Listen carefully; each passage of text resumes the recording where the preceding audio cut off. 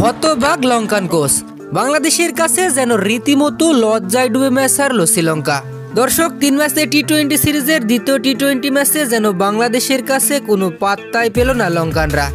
উল্লেখ্য যে শ্রীলঙ্কার বিপক্ষে দ্বিতীয় টেস্ট ম্যাচে শুরুতে টসে হেরে ব্যাটিংয়ে নামে টাইগাররা। তবে ব্যাটিংয়ে নেমে শুরুটা অবশ্য ভালো হয়নি বাংলাদেশের।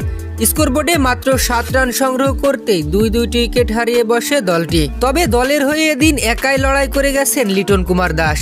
লঙ্কান বোলারদের রীতিমতো পিটিয়ে ব্যাটিং তাণ্ডব চালিয়েছেন। শেষ পর্যন্ত এই ব্যাটার আউট হয়েছেন 50 বলে 76 রানের এক বিধ্বংসী ইনিংস খেলে। আর সেই দিকে শামীম হোসেন পাটোয়ারির 48 রানের উপর ভর করে নির্ধারিত 20 ওভার শেষে বাংলাদেশ সংগ্রহ করে 177 রান। জবাবে শ্রীলঙ্কা ব্যাট করতে নেমে রীতিমতো বাংলাদেশের কাছে লজ্জায় ডুবে ম্যাচ হেরেছে।